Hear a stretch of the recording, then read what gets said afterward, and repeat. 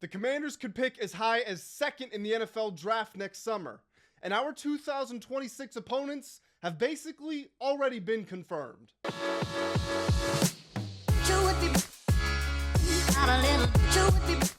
What's going on, everybody? Welcome back to the Full Command Show. My name is Grant Mitchell, back with you coming out of the holidays into another holiday, New Year's Eve. Everybody out there, let me know what you're doing for your celebrations. We're here in this video today to discuss the Commanders' draft position.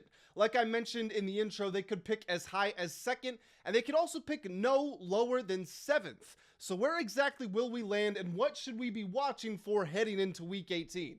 Also, the vast majority of the Commanders' opponents next year have already been confirmed. Now, we don't know every single one, and we don't know when we will play them, but we do have the home road split and most of the teams that we will be facing. So, guys, gather around. We are going to talk about all of that in this video. Before we jump into it, make sure that you do leave a like on this video if you enjoy the content. Also, subscribe if you're new around here. And as always, a link to join the Full Command Discord is at the top of this description. And continuing with the plugs here, if you guys want to get the latest information, I'm going to be referencing an article in this video that I wrote. I've tweeted it out, so you can give me a follow on Twitter. I shared it in the Discord as well, so a lot of the Discord members already have a leg up. They already know some of the content that's coming in this video, but if any of that interests you, then make sure you either drop me a follow or join the Discord like I said.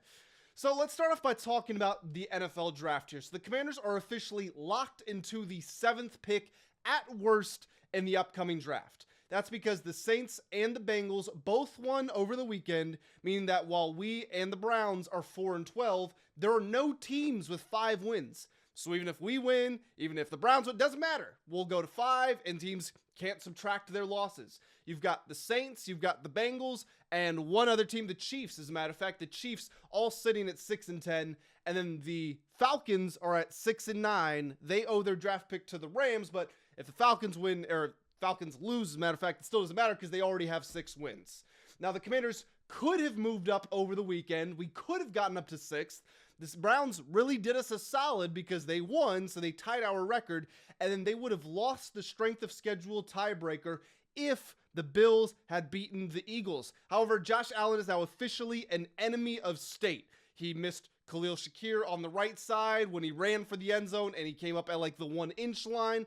On the 2-point conversion, he had 2 players open on the same side of the field, and he somehow missed both of them. He was horrible in that game. Jalen Hurts, now the first quarterback in NFL history to win 2 games in the same season when he doesn't complete a second half pass. Buffalo, are you serious? You lost a game to an opponent who didn't complete a pass in the second half.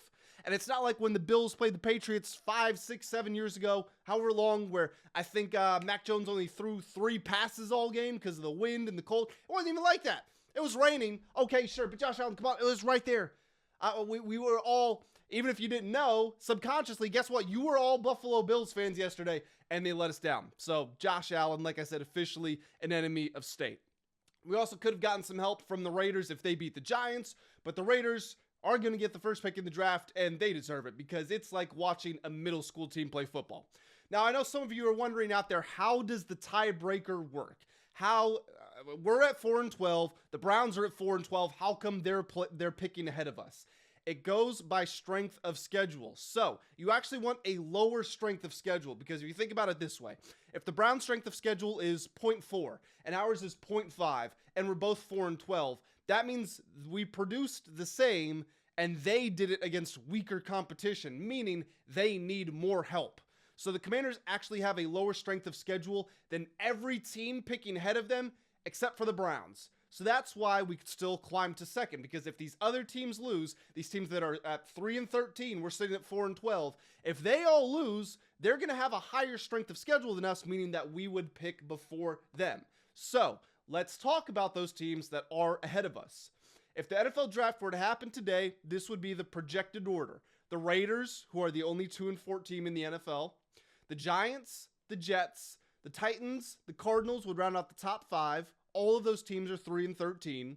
Then you get to the Browns at 6, 4-12. The Commanders at 7, 4-12. And then it jumps to the Saints, the Chiefs, and the Bengals all at 6-10, like I mentioned. So talking about those teams who are picking ahead of us, this is what makes Week 18 so interesting.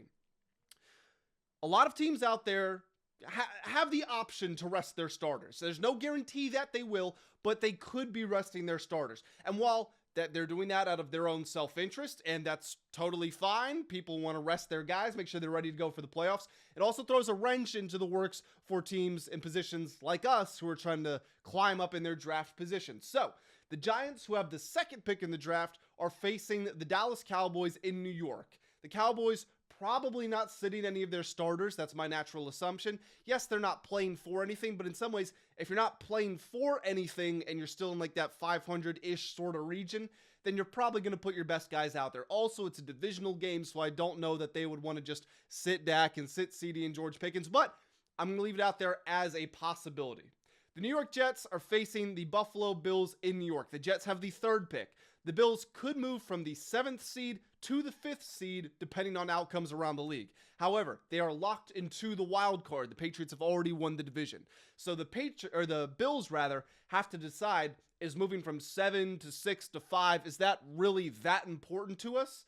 And also, like I mentioned, this depends on other outcomes around the league. I believe they're below the Chargers and the Texans, who could still win their games. And the Bills could play all their starters and still end up being 7th. They're not playing to go from 7th to 2nd or anything like that.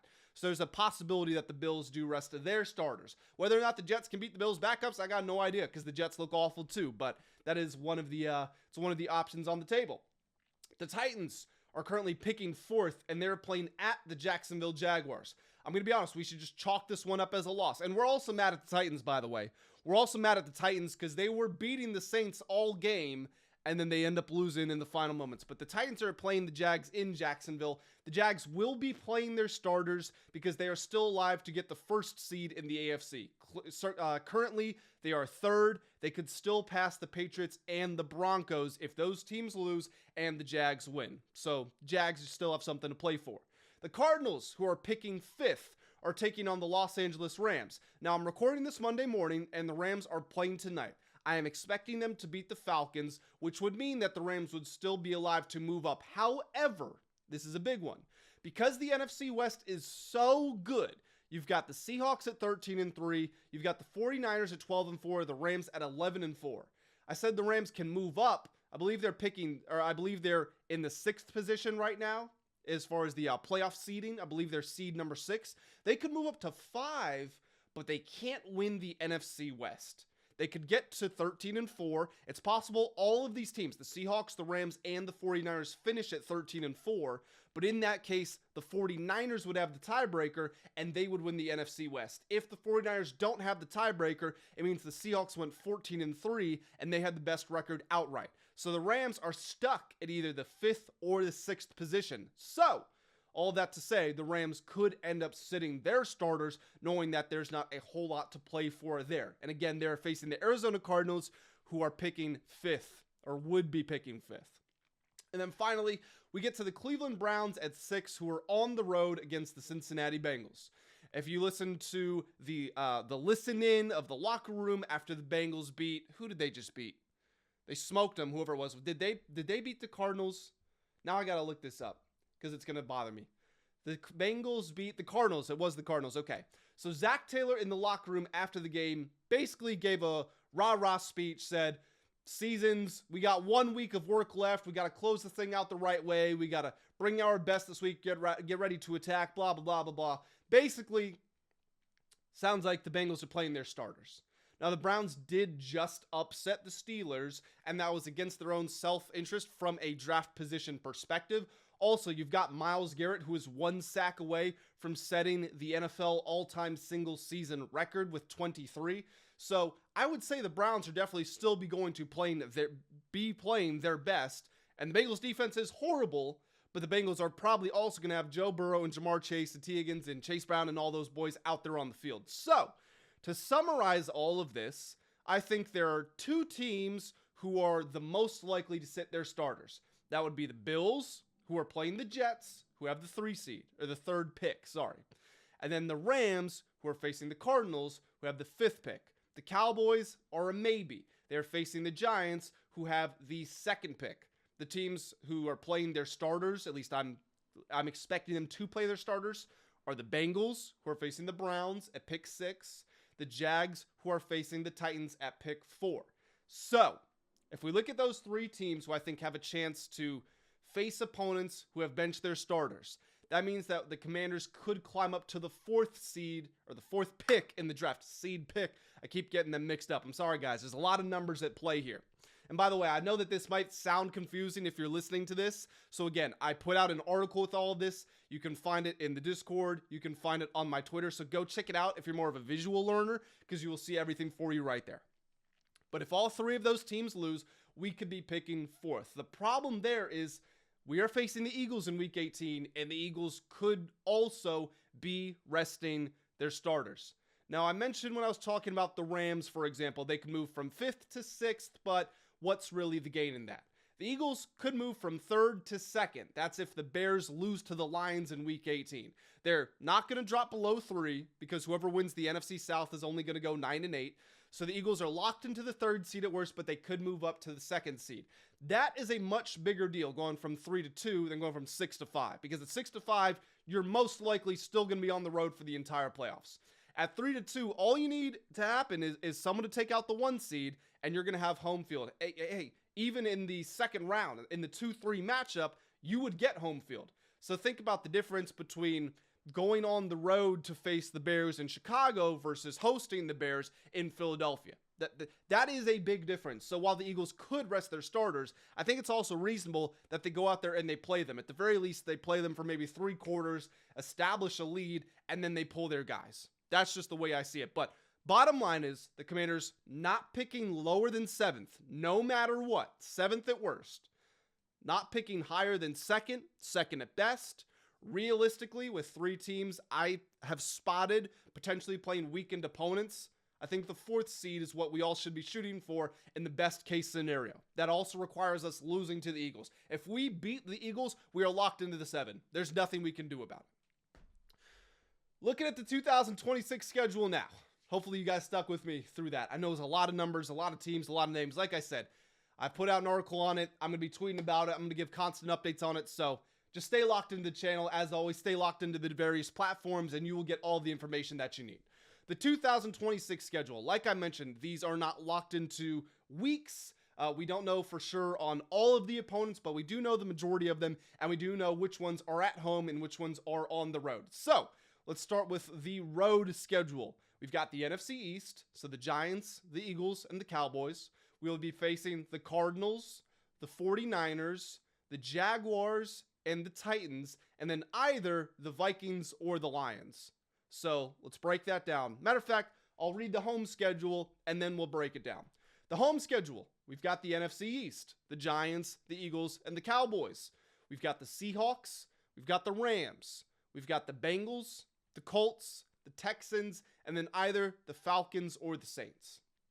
So depending on how this breakdown goes, I know the Vikings could finish better than the Lions. I would still rather play the Vikings than the Lions, even though they embarrassed us this season. That's who I would rather face.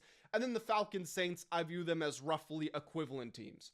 So if we're looking at the NFL standings this season, we have missed out on some of the top contenders. For example, we don't face the Patriots, and I don't know that the Patriots are going to be around there next year. They could end up in a situation like we did, where we go from being 12-5, they could be 13-4, 14-3, to completely falling off, or they could be there. I don't know, but we don't get the Broncos, we don't get the Patriots, we don't get the Bears, we get the Eagles obviously because they're in division, but we don't get the Chargers, we don't get the Bills. The Chiefs are probably going to have a down year. I don't think Patrick Mahomes is going to be back in time, but if he is, we don't get them. But that being said, we get a lot of good quality teams. We have the 49ers, we have the Jaguars, we have the Rams, we have the Seahawks, and some of those teams are contenders this season. We have the Bengals, who knows what they could be. We have the Texans, whose defense is downright nasty. And then the Colts, doesn't matter who their quarterback is, they're going to get to 9-8 basically every year. They're like the Steelers of the Midwest. So it's a difficult schedule. It's not difficult in the sense that we're going against heavyweights every single week, but there's not a lot of breaks. I guess we'll see what happens to the Giants. They've actually got a talented roster. I don't know if they're missing a coach or what, but they could figure it out. The Cardinals, I would say, is an easy game. The Titans, I would say, is an easy game. And then Falcons, Saints, I get it. We lost to the Falcons. I don't care. I would say that's probably an easy game. And then honestly, Bengals, Colts, we'll see what happens to them. But other than that, pretty much all of these games are competitive. So we have arrived at the end of the video here, guys. If you enjoyed it, make sure that you do leave a like. Also, hit that hype button. That helps me out as well. Subscribe if you're new around here. And jump in the comments and leave me your thoughts on everything I said, whether it's related to next year's schedule, talking about the NFL draft, whatever it is, make sure that you do put it there. Happy holidays once again, guys. I hope that you all had a wonderful time. I'm sorry for some of the missed days, but I was traveling. I was on the road seeing family. I know that you guys understand, but we're back to the daily uploads now. We are back to the grind, and I've already got some really cool series ideas planned for the offseason that will be starting very soon once the season ends. So, one final time, that's going to do it for me, guys. I appreciate you all joining me, and I will catch you in the next one. Have a great day. Got a little